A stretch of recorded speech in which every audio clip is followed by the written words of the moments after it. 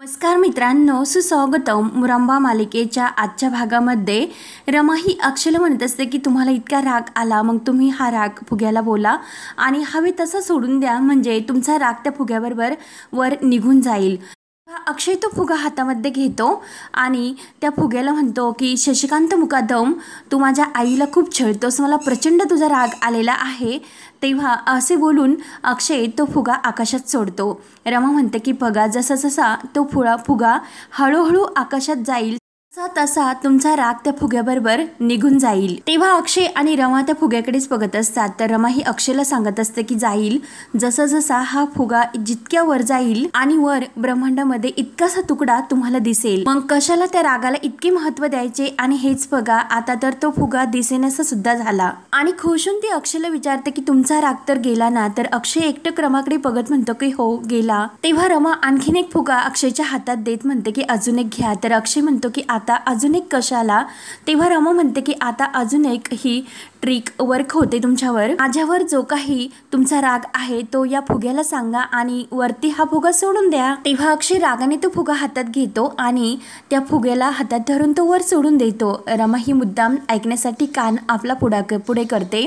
तेव्हा अक्षय त्या फुग्याकडेच बघत असतो. तर रमाला मागच्या वेळीस आठवतात, कारण जेव्हा रमा आणि अक्षय भेटलेले असतात तर रमाच्या हातात ते फुगे असतात. तर रमा अक्षयला विचारते की बोल, तुला कशाला राग येतो. तेव्हा अक्षय तिला म्हटलेलं असतो की जे रस्त्यावर कचरा घाण करतात ना, त्याचा मला जास्त राग येतो त्या लोकांचा. तेव्हा रमा त्यांना सॉरी म्हटलेली असते आणि ते सर्व आठवून रमा त्यांना विचारते की माझ्यावरचा राग गेला का. तर अक्षय म्हणतो की हो, आणि तो रमाला म्हणतो की थँक्यू सो मच, तुझी ही ट्रिक माझ्यावर वर्क झाली, त्यामुळे मला खरंच खूप बरे वाटते. तेव्हा अक्षय हात आपला पुढे करतो आणि रमा विचारते की हे काय. तर अक्षय म्हणतो की मैत्री. तेव्हा रमाला तर खूप आनंद होतो आणि लगेच ती एकटक अक्षयकडे बघत असते आणि म्हणते की मैत्री, आणि म्हणते की अहो मी तर कामवाली मावशी आहे, कामवाल्या मावशीबरोबर तुम्ही कशी मैत्री करता.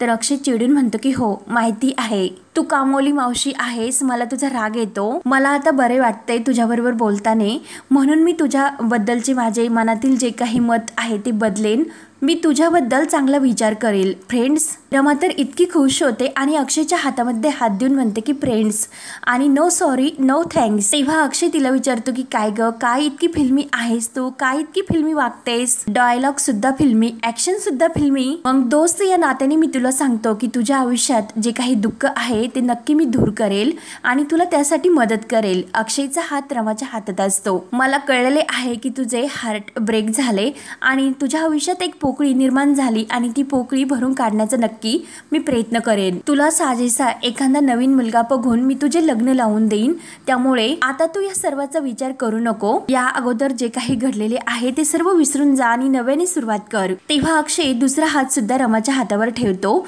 तेव्हा रमा तर खूप नाराज होऊन अक्षयकडे बघत असते, कारण तिला अक्षय जेव्हा काही म्हणलेले असतो त्याने ती थोडीशी दुःखी झालेली असते.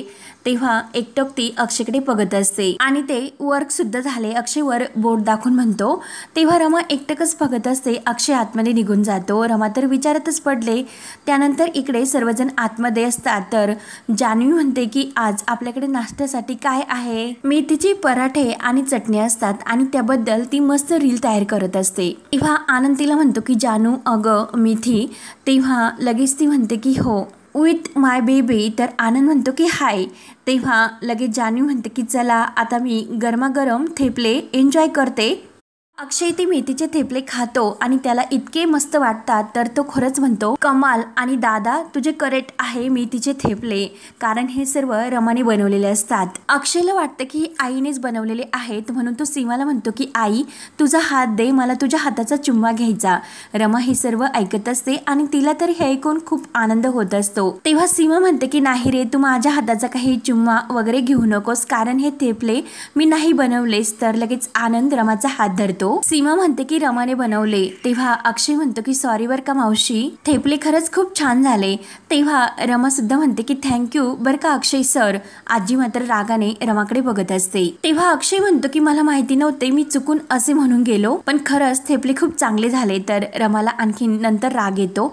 तर रेवा ही आपल्या डोक्याला मंडोळ्या बांधून बाहेर आलेली असते आणि ती हे सर्व ऐकत असते। तेव्हा ते सर्व ऐकून रेवा मनात म्हणते की मी इथे नाही म्हणून त्याचा रमा तू फायदा घेते, पण तू कितीही प्रयत्न केलास पण त्या अगोदर मी त्याच्याशी लग्न करून दाखवणार आणि यावेळेस मात्र मी जिंकणार। तेव्हा आजीचे लक्ष रेवाकडे जाते। आजी म्हणते की रेवा, तर रेवा आतमध्ये येते आणि खुश होऊन अक्षयकडे बघत हसत असते आणि त्याच वेळेस अभि मात्र आपल्या रूम मधून बाहेर आलेला असतो।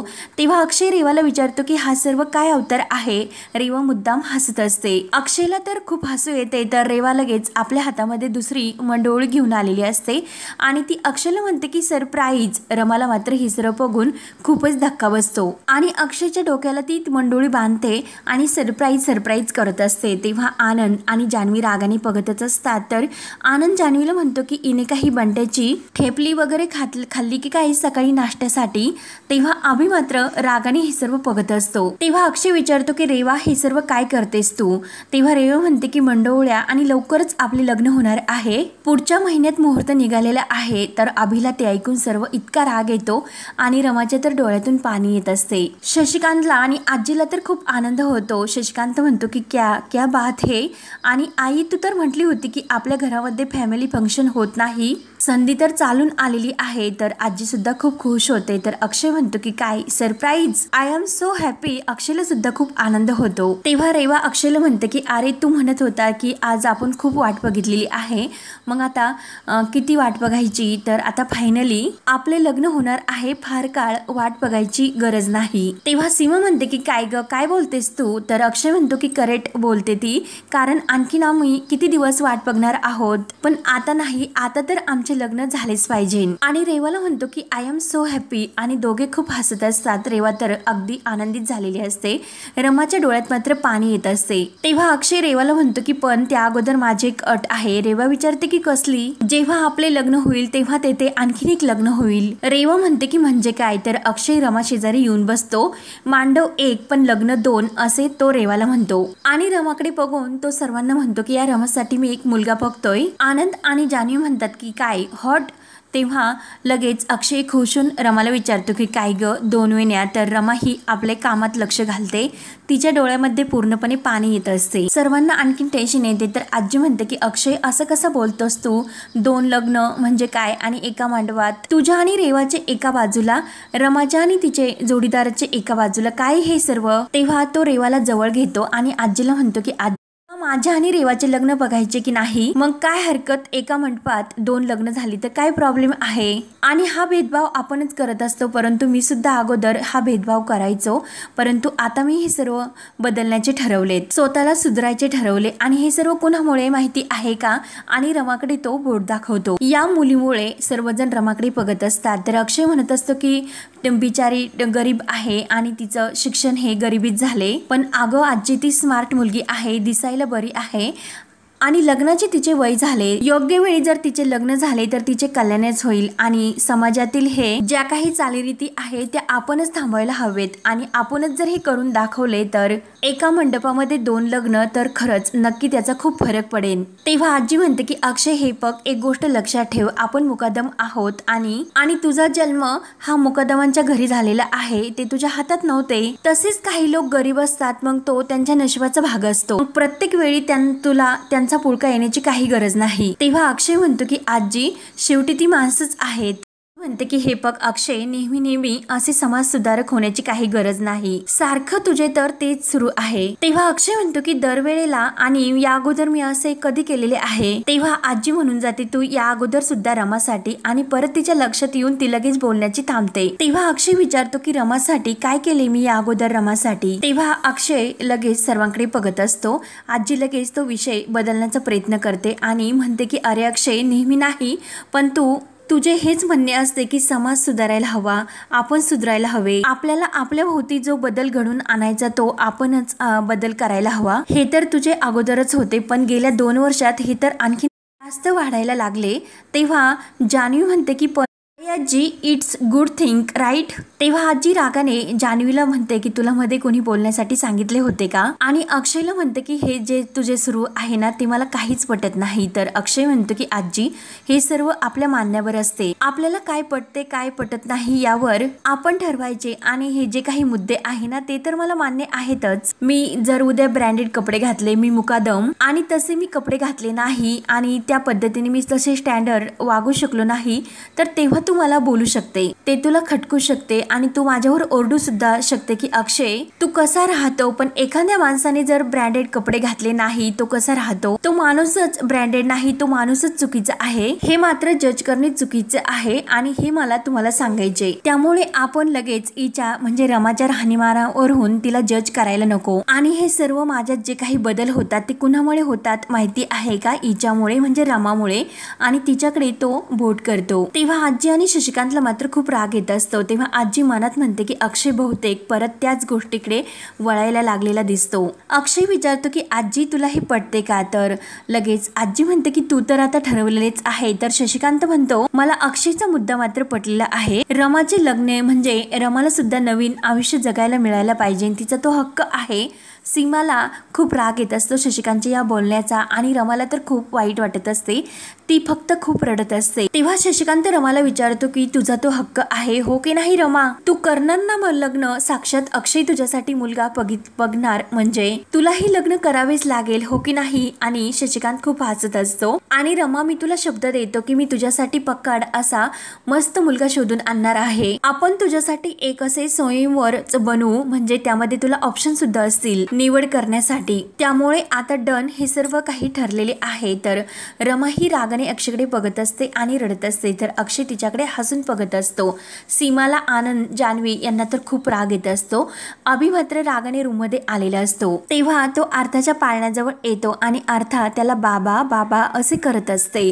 तेव्हा अभि तिच्याजवळ येतो आणि अर्थाला विचारतो की काय करू, तू आलीस आणि माझी बायको आरती मला सोडून निघून गेली, आता मी तुझ्यासाठी मी दारू सोडतो. काहीतरी चांगले होत असताना माझ्याबरोबर वाईट का घडते. अर्थात तुझी दुसरी आई रेवा माझी बायको ती सुद्धा माझ्यापासून खूप लांब चालली, तिला माझ्या भावाबरोबर अक्षय बरोबर संसार थाटायचा म्हणते ती. मग मी का दारू पिऊ नको, हे सर्व असेच होणार असेल तर मी का चांगला वागू, का मी दारू पिऊ नको. तेव्हा अर्था बाबा बाबा असे करत असते. तर अभि रडतच म्हणतो की हो मी तुझा बाबाच आहे, नाही पिणार मी दारू असे तो म्हणतो.